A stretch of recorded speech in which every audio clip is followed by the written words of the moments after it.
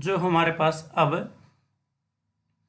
इस वीडियो में कहता है एक समांतर श्रेणी में 50 पद हैं, यानी कि 50 पद कह दिया तो n की वैल्यू हमें कह दी है, जिसका तीसरा पद यानी कि A3 क्या है 12 है, और अंतिम पद कहता है, अंतिम का मतलब टोटल पद कितने हैं 50, तो 50वां पद कितना 106 है। तो हमें किसकी वैल्यू निकालनी है, हमें 29वें पद की वैल्यू निकालनी है। सबसे पहले तो प्यारे बच्चों ए का पता होना चाहिए जो कि प्रथम पद है, और डी हमें पता होना चाहिए, डी क्या है वो है सारव अंतर है। तो ए एन हमारे पास क्या होता है ए प्लस एन माइनस 1 डी होता है। तो यहाँ A3 की वैल्यू क्या दे रखी है, A3 की 12 वैल्यू दे रखी है, तो A3 क्या होगा A प्लस 2D।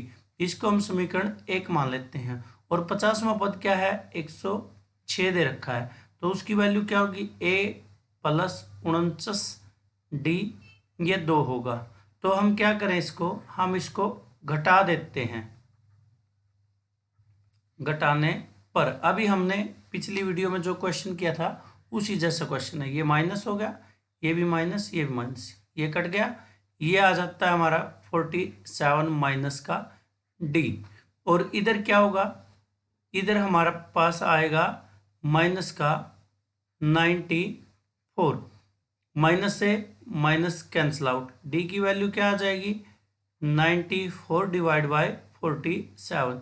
जब हम काटेंगे तो आंसर आएगा डी का 2।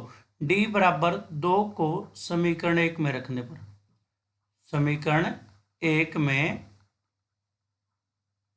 रखने पर, समीकरण 1 में रखेंगे डी की वैल्यू, तो a प्लस 2 गुणा 2 की वैल्यू, डी की वैल्यू 2 है और बराबर में 12, a प्लस 4 बराबर है 12। तो a की वैल्यू क्या आ जाएगी हमारे पास 12 माइनस 4 बराबर 8। तो a हमारे पास 8 है और d हमारे पास 2 है, तो 29 की वैल्यू निकालनी है, a 29 की, उसका मतलब a प्लस 28d हो जाएगा। a की वैल्यू हमारे पास 8 और प्लस 2 28 गुणा 2।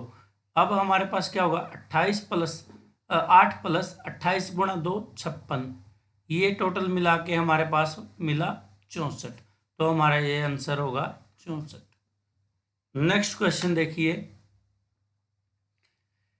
ये कहता है क्वेश्चन नंबर 9 है, यदि किसी एपी का तीसरा और 9वां पद क्रमशः यही है, क्या कहता है तीसरा और 9वां पद, ये हमारे पास क्वेश्चन है जिसमें कहता है A3 तीसरा पद 4 है और 9वां पद कितना है -8 है। तो हमें A लिखना पड़ेगा प्रथम पद और D हमारा सारवंतर है। an हमारे पास क्या होगा a plus n minus 1d, यानी कि an 3 की वैल्यू क्या है, A3 की वैल्यू क्या है 4, और वो क्या होगी a प्लस 2d, और A9 की वैल्यू कितनी है -8, a प्लस 8d। जब हम इसको सोल्व करेंगे तो क्या होगा घटाने पर, जैसे पिछले क्वेश्चन हमने किए थे, ये प्लस ये माइनस ये माइनस, ये तो a से कट गया, ये 12 और ये माइनस का 6d, डी की वैल्यू क्या आ जाएगी 12 भाग माइनस 6, 6 दूनी 12 माइनस का 2, क्योंकि ये माइनस थी साथ में। तो डी बराबर -2 को समीकरण 1 में रखने पर, तो जब समीकरण 1 में रखते हैं तो a प्लस 2 गुणा -2 बराबर है 4, क्या होगा a की वैल्यू a -4 बराबर है 4, a की वैल्यू क्या आ जाएगी 4 प्लस 4 8। तो हमें क्या निकालना है, कहता है an 0 कौन सा पद होगा, यानी कि यहाँ n की वैल्यू 0, an की वैल्यू 0 दे रखी है, n की वैल्यू निकालनी है। तो an क्या होगा a plus n minus 1 d बराबर 0, यानी कि a की जगह 8 प्लस n माइनस 1 डी की जगह -2 बराबर 0। 8 को हम दूसरी साइड लेके जाएंगे तो ये हो जाएगा -2 n माइनस 1 बराबर है माइनस का 8 हो जाएगा, माइनस से माइनस कट गई, n माइनस 1 बराबर है 8 भाग 2, कट के 4। तो हमारे पास क्या हुआ, n-1 की वैल्यू 4, n की वैल्यू क्या आ जाएगी 4 + 1, 1 को राइट साइड ले जाते हैं तो n की वैल्यू 5।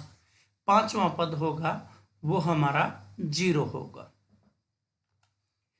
अब प्यारे बच्चों देखिए क्वेश्चन नंबर है जो एक समांतर श्रेणी का 17वां पद उसके 10वें पद से 7 अधिक है, सारा अंतर बताना। क्या कहता है, जो 17वां पद है A17, वो कहता है A जो 10 है उससे 7 अधिक है, ये चीज दे रखी। अब A क्या है, प्रथम पद, D क्या है, सारावंतर। तो हमारे पास an A + n-1 D होगा। तो प्यारे बच्चों उसने कहा है A17 क्या का मतलब है A + 16 D, वो किसके बराबर है 10, A 10 है तो A + 9 D + 7 के बराबर है। तो हमें D की वैल्यू बतानी है, तो इसको पूरे के पूरे को इधर लेके चले जाएंगे। A + 16 D बराबर है, ये -A हो जाएगा, माइनस का 9D हो जाएगा, बराबर रह जाएगा 7। ए से A कैंसिल आ, 16 में से 9D गया तो 7D बराबर है 7 के। तो यह हमारे पास D की वैल्यू क्या आ जाएगी, 7/7, 7 से 7 कटा तो 1 वैल्यू आ जाएगी।